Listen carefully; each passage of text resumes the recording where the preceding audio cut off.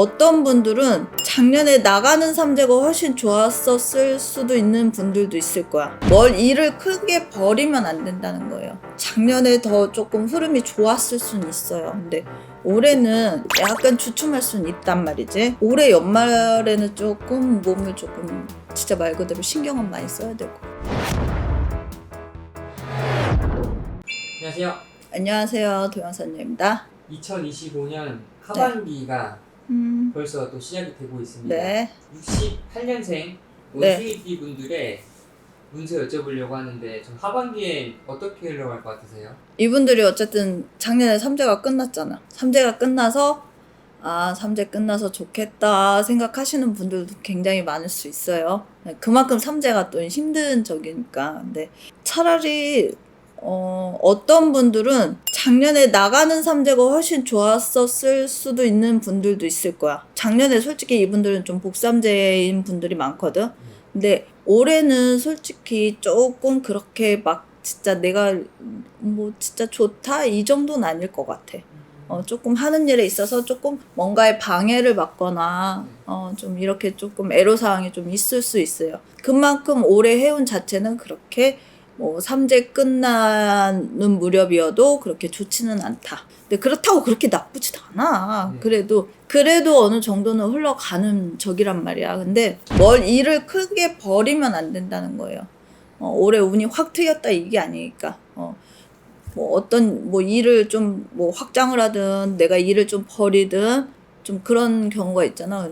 그러면은 조금 한 번 더 생각하고 자제는 좀 해야 될 것 같다는 거죠. 이게 확 틀 적인 아니야 올해는. 이분들 금전운은 좀 많이 낮을까요? 국내 흐름은? 돈의 흐름은 이분들은 그래도 뭐 진짜 말 그대로 그러니까 아까도 얘기했지만 나가는 삼재가 작년에 훨씬 더 만약에 진짜 뭐 매매권이든 뭐든 작년에 더 조금 흐름이 좋았을 수는 있어요. 근데 올해는 약간 주춤할 수는 있단 말이지. 뭐 금전이 되더라도. 근데 난 올해 그렇게 딱히 그렇게 금전이 좀 되게 크게 뭐 이런 횡재수는 없어. 횡재수는 크게 없어. 그리고 이분들이 올해 좀 후반부터 조금 안 좋을 수는 있어요. 왜냐면 이게 뭐냐면 좀 몸수로 좀 안 좋을 수는 있어. 좀 남들보다 조금 더 아프거나 아니면 진짜 말 그대로 코로나처럼 뭐 그런 거에도 약간 좀 취약할 수 있거든. 네. 그러니까 올해 연말에는 조금 몸을 조금 진짜 말 그대로 신경은 많이 써야 될 것 같아. 특히 좀 신경 써야 되는 부분이 있을까요? 특히 신경 써야 된다 그러면은 나는 여기도 진짜 뭐 기관지나 위 뭐 이런 식으로는 조금 신경 더 써야 될 것 같아. 갑자기 뭐 이제 뭐 소화 능력이나 막 이런 게 조금 떨어지거나 그럴 수 있고 갑상선 뭐 아니면 진짜 기관지 이렇게 목 쪽으로 이렇게 좋아 보이진 않거든요. 그런 부분에 있어서는 좀 더 신경을 써야 돼. 뭐 혼자 계시거나 그런 분들이 있을 거 아니에요. 이분들 중에서 뭐 재혼을 준비하시거나 하시는 분들은 좀 새로운 짝이 들어올 가능성은 있나요? 하반기에? 혼자 계신 분들은 이분들은 절대로 그렇다고 뭐 진짜 말 그대로 뭐 58세면 적은 것도 아니지만 많은 것도 아니란 말이야. 근데 이분들은 뭐 진짜 말 그대로 혼자 있기는 솔직히 쉽진 않아. 그러니까 말 그대로 혼자 있는 분들도 애인은 다 있을 거란 말이지. 가정이 있는 분들도 애인이 있을 수 있을 정도로 그만큼 그런 살들이나 이런 끼들이 굉장히 많으시거든요. 그래서 재혼은 아니야. 만약에 진짜 애인이 있더라도 올해 내년 수에는 재혼은 아니에요. 재혼이라는 것 자체는 뭐 호적상 뭐 그런 결합 이런 걸 얘기하잖아.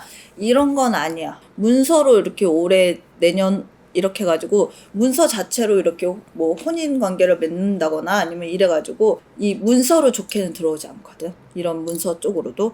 그렇기 때문에 만약에 사람이 새로 들어와가지고 진짜 말 그대로 그냥 애들처럼 동거하셔도 돼. 그건 차라리 괜찮은데 문서로 그걸 남긴다 그러면은 올해 내년수에 다시 파탄의 길로 갈 수 있어. 그래서 딱히 만약에 진짜 이 사람하고 평생을 살고 싶다 그러면은 그래도 올해 내년은 지나서 진짜 말 그대로 그거 뭐야 혼인 그거 혼인 신고를 하셔도 그때 하시는 게 낫다는 거예요. 이 귀인도 좀 중요하긴 하잖아요. 귀인의 귀인이 좀 들어올 가능성도 있을까요, 하반기에? 귀인이라. 근데 이분들은 주위에 사람이 많을 수는 있어요. 많을 수 있는데 딱히 올해 수에는 귀인이라기보다는 뭐 진짜 말 그대로 뭐 친한 사람한테 사기당하는 것도 조심해야 돼. 귀인이라기보다는 그러니까 모임이나 이런 걸 좀 자주 가지시는 건 좋은데 뭘 투자해야 된다. 뭐 아니면 진짜 가까운 사람이 이런 건 더 문제다. 가까운 사람한테 사기당하는 경우가 더 많아. 그러니까 뭐 가까운 사람이 뭐 여기 투자를 해라, 뭘 해라. 이게 딱히 그러니까 아까 이 혼인 서약 그 문서도 여긴 좋게 안 들어오지만 이 투자권이나 이런 거에 있어서 문서는 좋게 들어오진 않아. 절대로 뭐 투자나 이런 것도 올해는 조금 안 하시는 게 훨씬 좋아요.